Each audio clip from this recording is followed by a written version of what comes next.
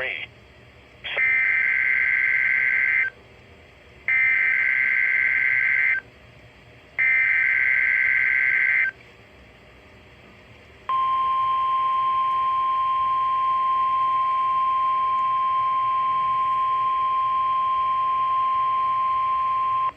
is the National Weather Service in the Quad Cities.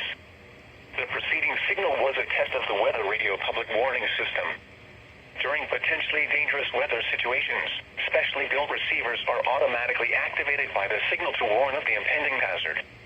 This test is normally conducted by the National Weather Service each Wednesday between 11 a.m. and 12 noon.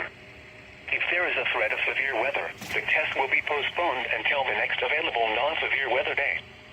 To provide the most consistent warning service possible, the warning alarm will be activated for watches and warnings affecting parts of eastern Iowa, northwest and west central Illinois, southwest Wisconsin, and northeast Missouri. This concludes the weekly test of the Weather Radio Public Warning System. We now return to normal programming.